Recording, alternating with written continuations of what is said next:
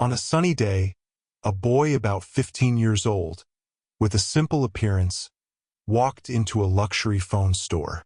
He wears an old t-shirt, tattered jeans, and faded sneakers. Although he knew that he didn't have an outstanding appearance, his heart was full of determination. This was the first time he had set foot in a place like this, and he hoped to find the phone of his dreams. When the glass door opened, the jingle bell rang out, and he felt a little nervous. He walked in with bright eyes, looking at the new phones displayed in the glass cabinet. Each phone was like a distant dream, making him feel both excited and worried. He knew very well that these phones were beyond his financial means, but he still wanted to see and feel them. He walked along the phone shelves, his eyes not leaving the luxury products. In that moment, he forgot the difficulties in life, forgot the contemptuous glances he had received. But as soon as the boy looked up, a salesman standing nearby glanced at him, then went back to his work. The feeling of abandonment and unnoticed rose in his heart. When the salesman spoke up, his impatient tone made him feel like he was being teased. "Do you need anything?" The boy swallowed, feeling embarrassed. I'm just watching," he replied, his voice soft, with a hint of embarrassment. He found himself like a lost person among the rich, and low self-esteem began to creep into his mind. When another customer walked in, dressed daptly and warmly welcomed by the staff, the boy stood silently in a corner, feeling his heart tighten. The admiring eyes of the people around him for the expensive phone that the other customer was holding made him feel inferior. "How can I have the money to buy such a one?" That question was repeated in his mind, making him feel even heavier. When the salesman turned around and looked at him with contempt, the boy felt as if he had been stabbed with a knife in the heart. "If you don't have money, don't stand here and waste my time," he said without mercy. The boy looked up, his eyes wide open in surprise and sadness, but then he lowered his head again, not wanting to show hurt. A sense of shame swelled, engulfing him in sadness. When he left the store, he felt a great disappointment, but at the same time, a fire of determination was ignited in his heart. "I'm not going to give up," he said to himself. "One day, I will make people look at me with different eyes." He walked out, although no one noticed his presence, but in his heart, a strong determination was formed. As the boy stood quietly in the phone shop, everything around him seemed to become blurry. The bright lights from the new phones made him feel overwhelmed, but at the same time highlighted the difference between him and other customers. He saw people wearing dashing shirts, shiny leather shoes, confidently entering and being warmly welcomed by the staff. They held expensive phones in their hands, and their eyes sparkled with pride. The boy couldn't help but feel a deep sadness. Every time he sees the smiles of customers when they receive dedicated service from employees, he feels like an outsider, with no place in this world. The feeling of being looked down upon rose in his heart, like a great wave that swept away all the confidence he had tried to build. He wondered, "Why am I here? I don't belong here." When the salesman, a young man, glanced at him and then turned away, he felt like he had been poked. His words, "Do you need anything?" rang out in an impatient tone, making him feel like he was being judged. He swallowed, his heart full of nervousness and worry. I'm just watching," he replied, his voice soft, with a hint of embarrassment. His answer was like an apology, as if he was asking for permission to exist in this space. When another customer walked in, the boy stood back, feeling like a ghost. The admiring eyes of the people around him for the expensive phone that the other customer was holding made him feel inferior. "I have nothing," he thought, his heart heavy. Feelings of shame and self-pity made him want to disappear, but he knew that he couldn't. He couldn't run away from reality. The feeling of being disregarded became even more pronounced when the salesperson returned, his eyes full of contempt. "If you don't have money, don't stand here and waste my time," he said without mercy. These words were like a knife stabbing into his heart. The boy looked up, his eyes wide open in surprise and sadness. But then he lowered his head again, not wanting anyone to see the hurt in his eyes. Feelings of shame rose, and he knew he couldn't let others see him cry. When he left the store, he felt a great disappointment, but at the same time, a fire of determination was ignited in his heart. "I'm not going to give up," he said to himself, though his heart was full of sadness. "One day, I will make people look at me with different eyes."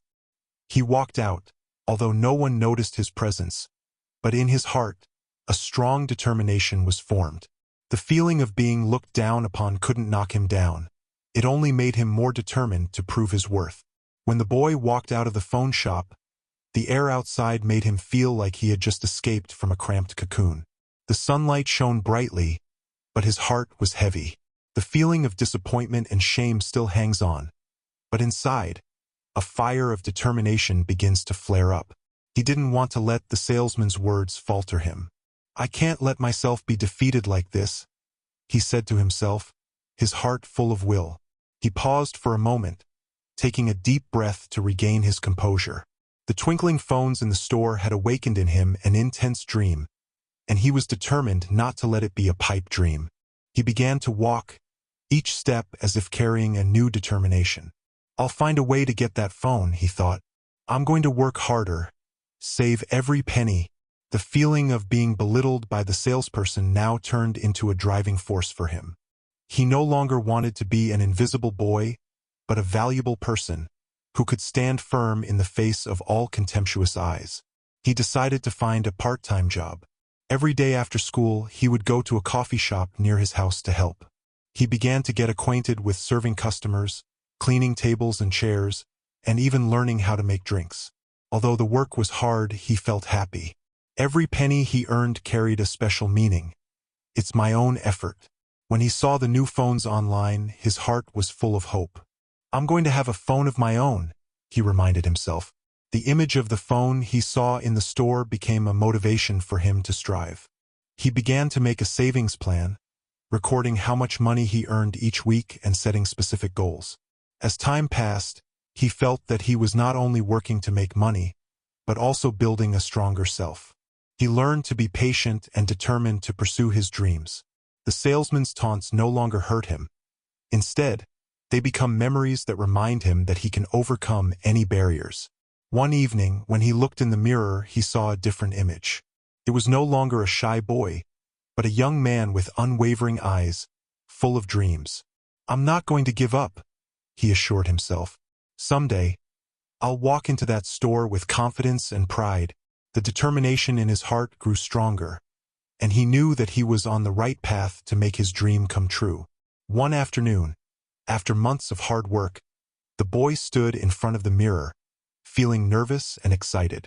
In the end, after many efforts, he saved enough money to buy the phone of his dreams. A sense of happiness filled his heart, but it was also mixed with a little anxiety. "Will I have the courage to go back to that store?" he wondered. He decided to go to the store on the weekends.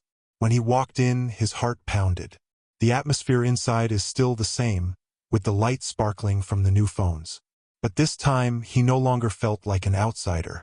Acting more confidently, he walked towards the display counter, his eyes shining when he saw the phone he had cherished for a long time. However, an unexpected thing happened. The salesman who had looked down on him before was now standing there, but this time he didn't recognize him. The boy felt a surge of joy. "I've changed," he thought, full of pride. His confidence comes not only from having enough money, but also from what he has gone through and grown. As he approached, the salesman turned to him and asked, "Do you need anything?" His tone remained unchanged, but the boy no longer felt hurt. Instead, he smiled and said, "I want to see this phone." His voice was steady, no longer as shy as before. He put his hand on the phone, a mixture of nervousness and excitement. "This is the phone I dreamed of," he said with confidence.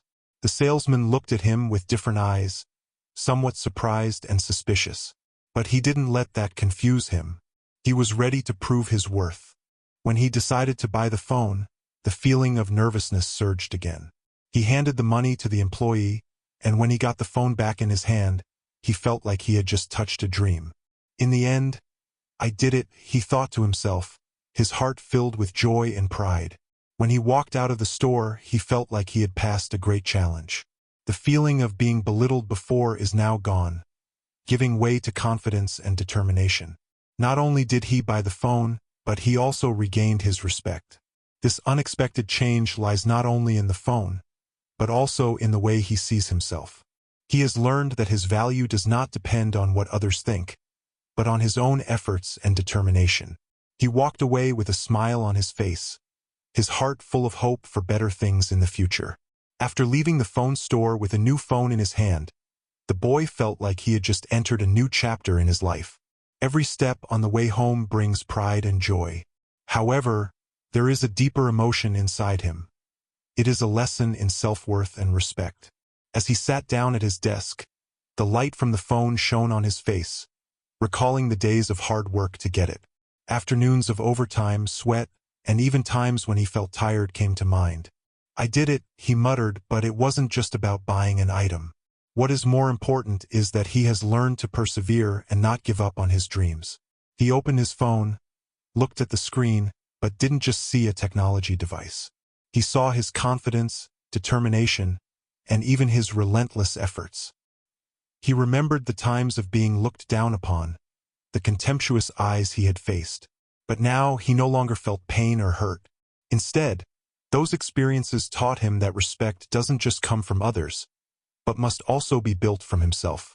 He decided to share his story with his friends. During a group meeting at school, he stood up and talked about his journey. He talked about his difficulties, his dreams, and the lessons he had learned. As he spoke, the eyes of his classmates followed, and he felt the care and respect from them. It was the moment when he realized that respect was not only something that others had for him, but also something that he could create for himself and for those around him. We all have our own values, he said. No matter what you struggle with or look down upon, always believe in yourself and keep trying. His words sounded like a powerful message, and he felt proud to see the admiring eyes from his friends. When the group meeting ended, he received praise and respect from his friends. This feeling was special as a reward for his efforts. He understands that the biggest lesson he learns is not only about achieving goals, but also about how respect is built from each person's experiences and efforts. On the way home, he felt relieved and happy. He knew that life would have many challenges ahead, but now he was ready to face them. The lesson of respect and self-worth will forever stay in his mind, like a guiding light for the next steps in life.